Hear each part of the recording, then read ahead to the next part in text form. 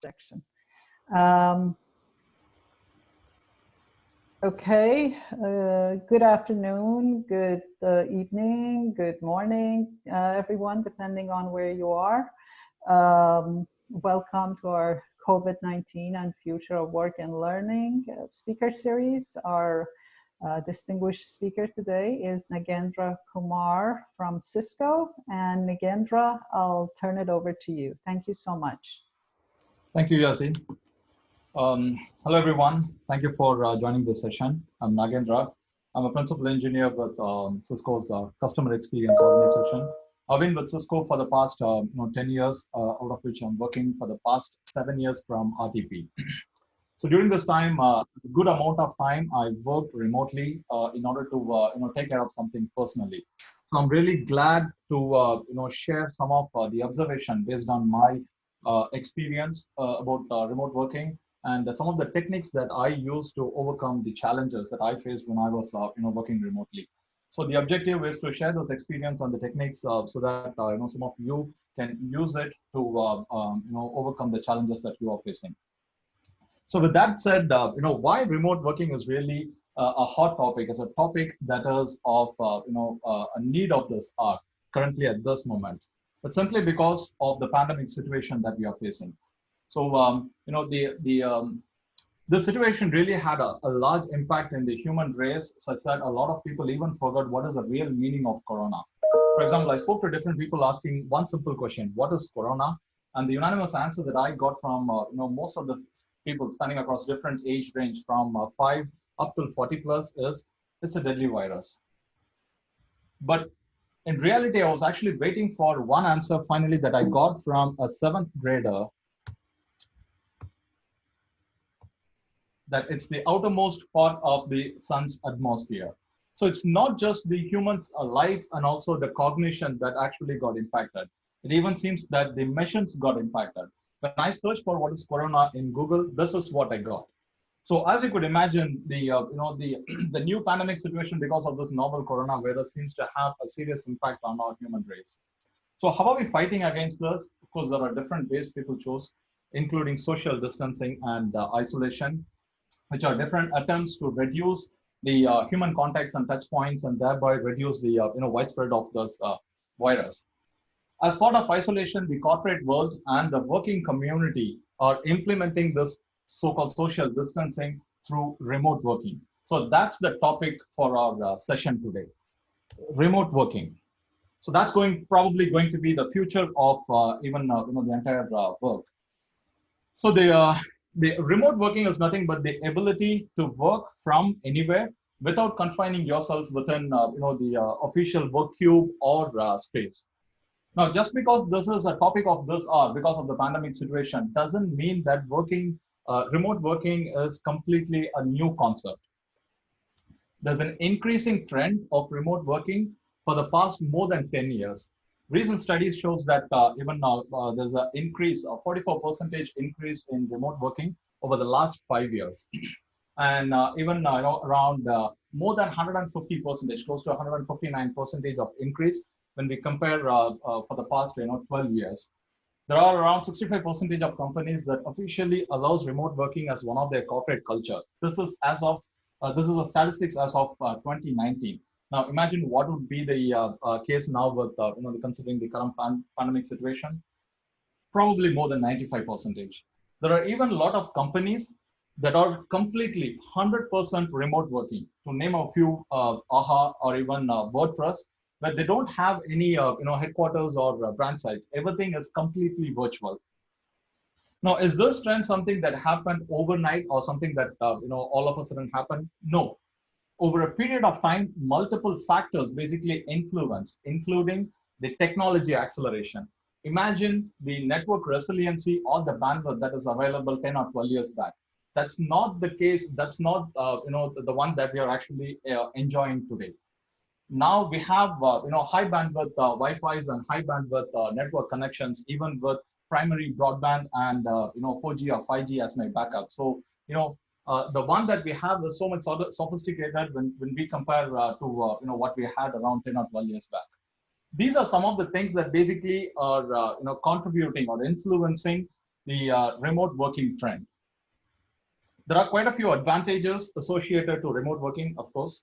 A study shows that there's a 47% of increased productivity, when we are working remotely. The other advantage that I would like to highlight is the location agnostic hiring.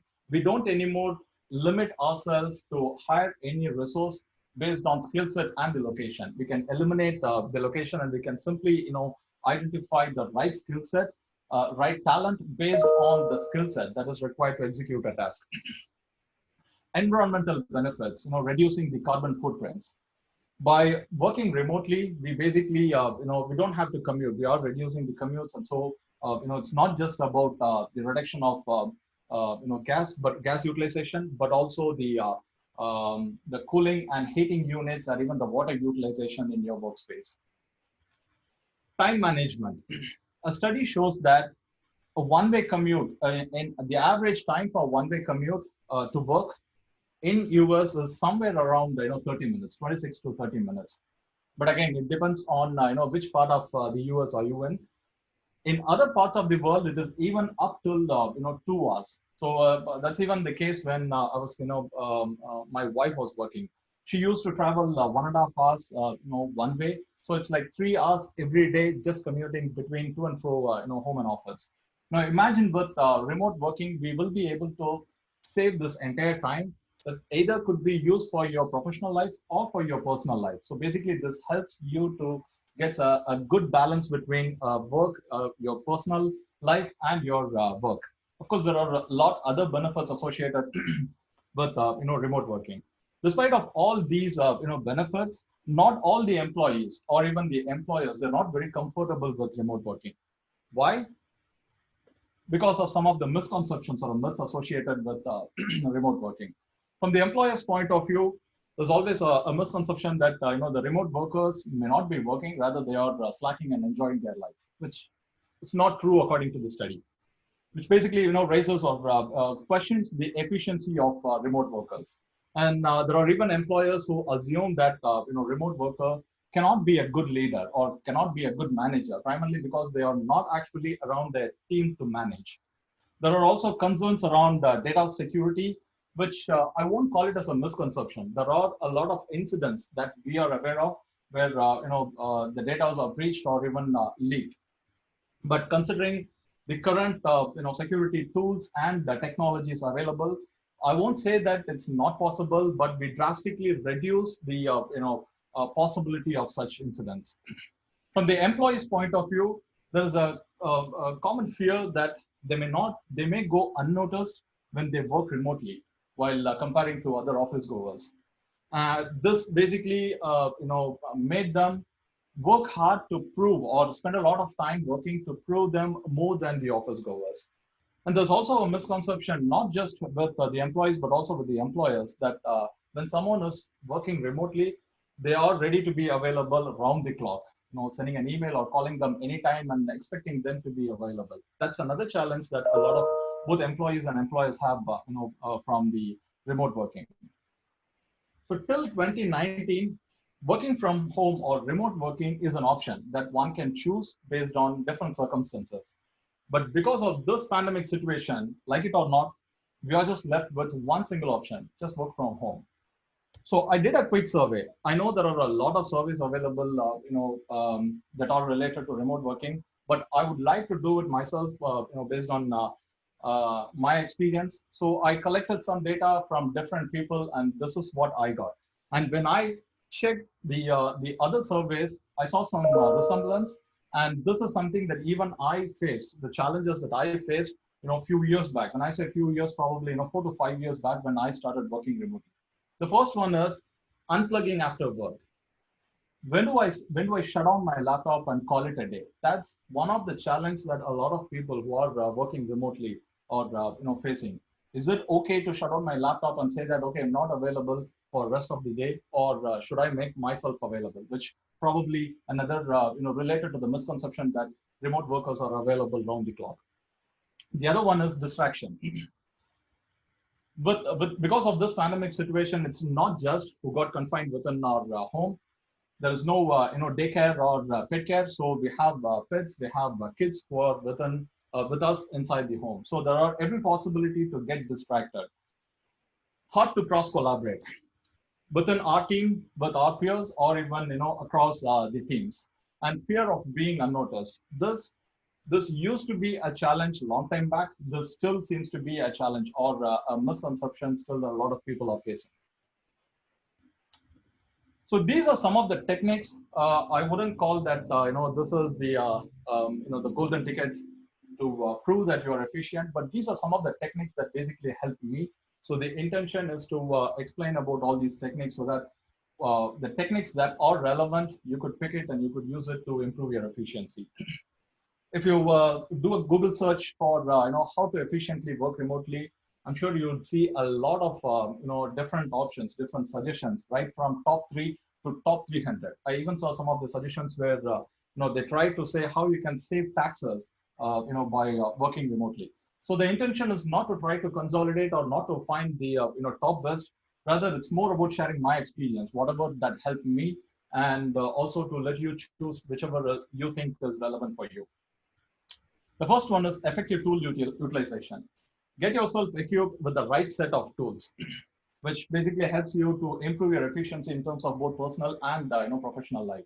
And don't hesitate to try new tools. There are a lot of tools that are available, including the one from the startup companies or from well-known companies which are available for free. Particularly because of this pandemic situation, a lot of companies are ready to share free licenses. So you could play around, get your hands dirty with new features or tools. Try to identify which one is of useful for you and use it to improve your efficiency. The second one is work routine. Establish a clear work routine so that you can create a demarcation between your work and your personal life. Establishing social capital. This is really critical. This is one of the things that I started noticing when I started working from home. The moment you start working remotely, you lose all the possibilities to socialize with your network. You're not available to have a coffee or tea breaks or with our peers or go for a dinner. So this basically reduces the chance of socializing with our peers, which may weaken our social network, which again have its own impact. So this is something that we need to be very careful, particularly when we are working remotely. Avoid distraction. Obviously, the name says. Try to avoid all possible distractions and just focus on what you are supposed to do. And finally, stay healthy. This is the foundation for everything. Now let's look into each of these techniques and see or try to identify which one is relevant for us. Effective tool utilization. Like I said, there are a plethora of collaboration tools available in the industry, which some are free for use, at least for a certain period during this pandemic situation. Communication tools, data sharing, productivity, workflow, depending on the role that you are playing. If you are a people's manager, you probably may also need tools like tracking the productivity or even creating and defining the workflows. But if you're an individual contributor, you just need to focus more on the communication tools and data sharing tools.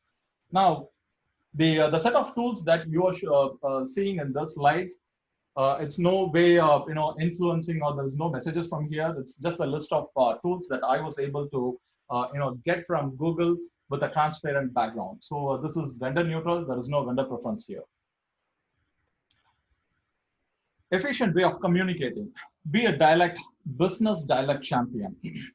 Whenever you're about to deliver a communication, or whenever you want to deliver a message, identify the right communication medium based on the relevancy of the message. If you're just acknowledging a task or acknowledging a person, probably a simple email is pretty much sufficient. But if you're actually constructing a very a feedback or even a critic for one of the proposal or a business pitch or even a performance, make sure it's a lot better to just make a video or voice call instead of email. Why? The lack of intonation is a problem. Like the tone in which you are composing an email may not be the same tone that was received by your receiver. Visual communication. I started preferring video calls. So we basically feel local even though we are working remotely. I mean, face to face, it's more like meeting them face to face and talking to them rather than just chatting or talking over the voice calls.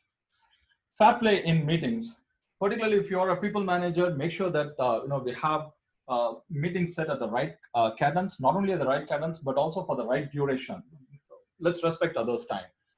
Just to deliver a 10-minute message, let's not block a 1 hour meeting. Deliver the message or use the 10 minutes to deliver the message and then use the remaining 15 minutes for a non-official communication. I mean, once in a while it's perfectly okay, it's acceptable, but if you have to do it every now and then, we are actually bringing the productivity down. Bidirectional communication. Don't just talk, let others talk. This is another thing that over a period of time I started seeing that people when they do it over meetings, they started losing the intention to let others talk. The third one is about something that's not from my personal experience. That's something that I noticed when I was browsing through the other suggestions. Elect a volunteer in every meeting and let them track the questions in the chat window of the meeting. This is pretty impressive, and I think it's a very useful idea, particularly when we have a meeting which is more than 10 participants. There's always a hesitation among the participants to raise a question. But by having one volunteer who keeps asking about, is there any question, or just having opening a chat window for this purpose, it makes a lot more easier to open up, to have the people open up the question. So I think even though this is not my personal experience, I felt this is another idea that we could definitely have it in our list. Tool selection and adaptiveness, like I said, identify the right toolkit, which basically not only is user friendly but also adheres to your business policy. You don't have to use open source tool just to share your confidential business data. So when you identify the tool, also make sure that this is something that is adhering to your business policy. Proactive communication. Once you start being remote, don't just be a person who accept the task and suddenly get disappeared from the face of this earth for the remaining period of this project and reappear probably a couple of days before the deadline. It's okay. I feel it's okay to over communicate. When I say over communicate, let's not start sending an email every hour. Let's follow the Goldilocks principle to identify what is right, what is that just right, and identify that cadence. Use that as a cadence to send the status report. You don't have to do it every day or every hour. Rather, try to have a meaningful status and keep sending it. Don't just wait for a status request from your manager or even from your peer. Work routine. So define your availability and set the right expectation. This basically will help you create the demarcation between your work. This basically will help you clarify when to shut down your laptop and say, okay, I'm done for the day. I'm not going to accept any more requests or any more calls or any more chat messages. By clarifying or defining a clear work routine will help you understand when to say no, particularly for a day's task. Once you have it defined, respect your commitment, not just yours, but also others. Trust your peers. When you were to contact someone, respect their own work routine. Again, follow the Goldilocks principle here. When you define your availability, within 24 hours, you don't have to say that I'm going to be available for 23 hours. And on the same line, it's better not to say that I'm just going to be available for 3 hours. So depending on the role that you're playing, depending on the criticality of the project that you're involved, depending on the phase of your project, you may have to redefine your availability. If it is the starting of your project and you're one of the contributor, 8 hours or 9 hours is pretty much sufficient. But if it is close to your deadline of the project, you may have to stretch a little bit. So based on different factors, your availability may have to be a bit flexible, but try to define it clearly and set the expectation right. Establishing social capital. Like I said, when I started working remotely, one of the things that I noticed is my social network started getting weakened because I'm not available there to participate in any of the social gatherings like dinner parties or even coffee breaks or lunch breaks. So that basically started weakening my social network. So this is something I think particularly when we are working remotely, something that needs to be handled.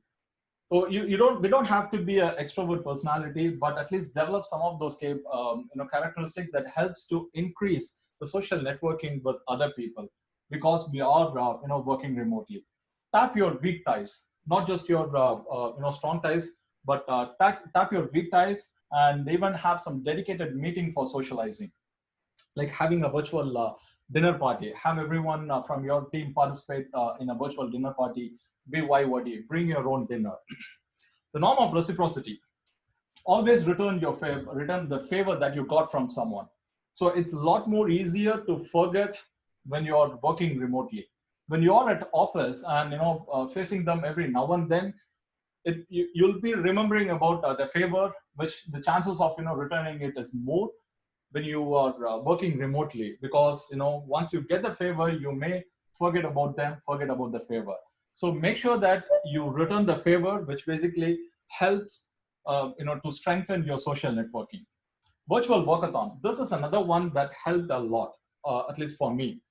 Over a period of time, when I was working remotely, I started getting disconnected from the other team members. So I started having this workathon, which helped me a lot.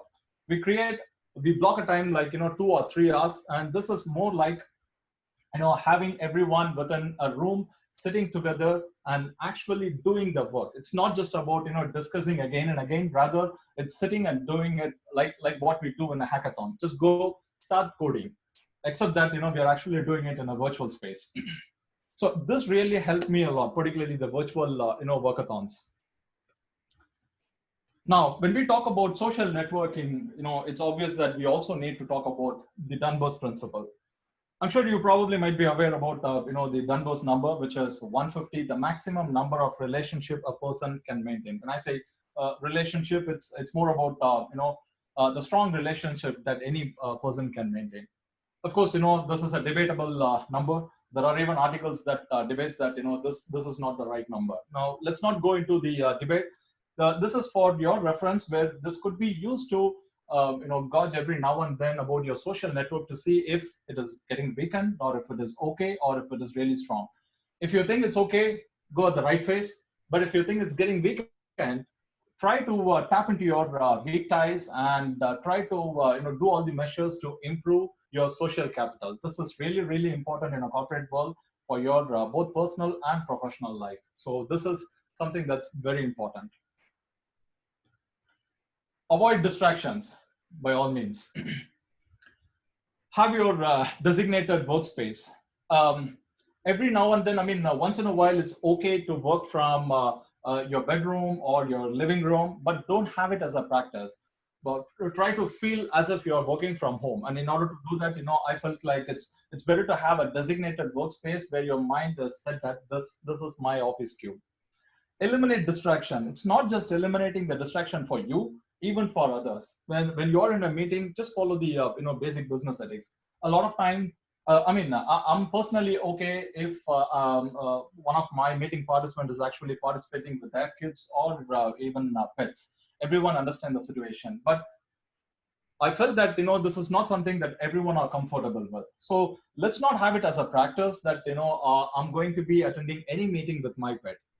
Particularly if the other participants are not comfortable, let's not have this, which basically helps to avoid some of the distraction for everyone. Leverage organization. Because we are working from home, there are a lot of possibilities that we may get different types of requests, including a simple message from your spouse that she needs help with opening the jar. So either if you're in the middle of finishing a document, you can either stop it right away, go and open the jar, or you can just make a note of it and finish your work, and then look into your post-it or to-do list to see what are the pending things that you need to do, and just go and do it. This is something that again helped me a lot. Particularly, I'm not good in multitasking, so I'm not interested in toggling between different tasks. Rather, if I'm doing something and if I started remembering about something, including just go and clean up something, I just make a note of it in the post-it note. I finish my work, and then I look into the list to see which one I need to execute. I go and do it. Finally, stay healthy. Of course, if you look into any of the existing suggestions, this is one of the common suggestion that you'll see across everything. Get the right posture. and in order to do it, get a right chair. Once you are working remotely, you'll be spending a lot of time in your workspace. So try to get a good chair, which obviously will help you with your postures, and try to have virtual stand-up meetings. If you see the entire meeting, about the entire presentation, I was standing. For any meetings, I don't normally try to sit. Rather, I try to stand and attend the meeting, so that I don't get idle in my chair. I mean, there are a lot of times, even I noticed with other friends and even my colleagues, that they even forgot how long they were actually sitting in the same chair.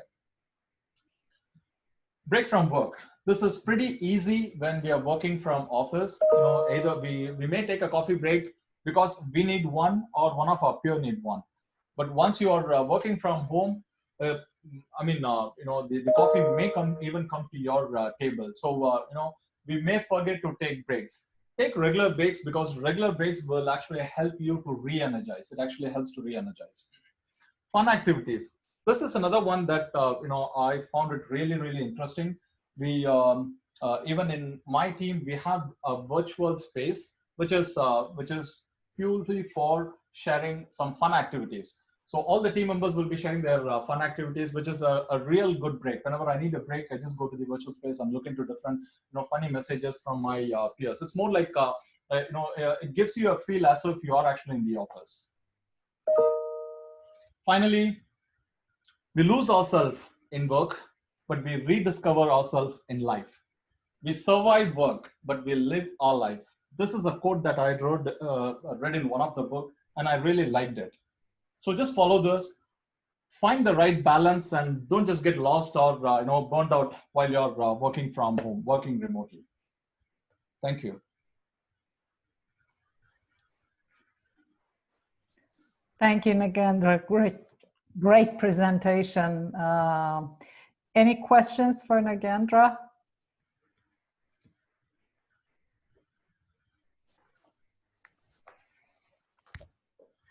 Well, I'll ask a question. On your survey, actually, what was the size of your sample size? My sample size was close to 51, I think. Okay. Close to 75, but I got around 51 responses. Okay, and was it within Cisco or outside of Cisco, or combination? It's a combination. So I sent it to my friends in. Particularly, I want to get it from different industry people, not just one particular industry. So I sent it to different pharma, banking, networking vendors, and some school teachers. So I did it with different types of professions. Excellent, excellent. Thank you so much. Any other questions? Yeah, this is PK Agarwal. Thanks, Yasi. Thanks for your nice presentation. You talked about social life. Could you amplify that a little bit? Because that's, I think, a lot of people I talk to are all struggling. Our social life so much revolved around lunches and coffee. What have you discovered in terms of having a healthy social life? And then you talked about the extension of that, returning favors, but more so on the social life part. Sure. So yeah, like I said, one of the things that I noticed when I was working remotely is, because I'm not attending any of these socials, my social network is getting weakened. I'm not there anymore to crack some jokes, or get some jokes and laugh at some of my peers' jokes. So basically, the word that I'm communicating is purely official, which does not give the personal touch that we can get if we are with them, physically. So. Some of the things that I started doing is to have some virtual social networks. Earlier, I used to, when the situation doesn't stop us, like the pandemic situation, I used to travel every now and then to meet some of the people, or at least try to make sure that I every once in 3 months I go there, I meet them personally, I go for lunch, some lunch. But off late, for the past 3 months, I started noticing that that's something not possible. So we are having some virtual meetings just for socializing. It's not about projects, it's not about technology, it's nothing, it's purely personal. We just have a block like 30 minutes, have everyone there, or at least who are the people that I need to that I feel like talking to, and we just talk something I would say nonsense, nothing related to technology or anything. which basically started giving me a feel that, I am having that rapport with those people. So the social networking is really, really important. I'm not too sure how many of you have read the Innovators Capital book. One of the critical thing is the social network, social capital. Who you know when you need someone, including the skill sets or investments or resources or anything, which I think in a corporate world is really, really important. So a very basic thing like I did, the virtual socializing meeting really helped me a lot. Okay, thanks. That's helpful. Thank you so much, Nagendra. I think we're 2 minutes past the hour. Thanks everyone for attending. Again, Nagendra, excellent presentation. And thanks everyone. Have a great day. Thank you. Thank you, everyone. Very nice. Thank you. Bye. Bye-bye. Bye-bye.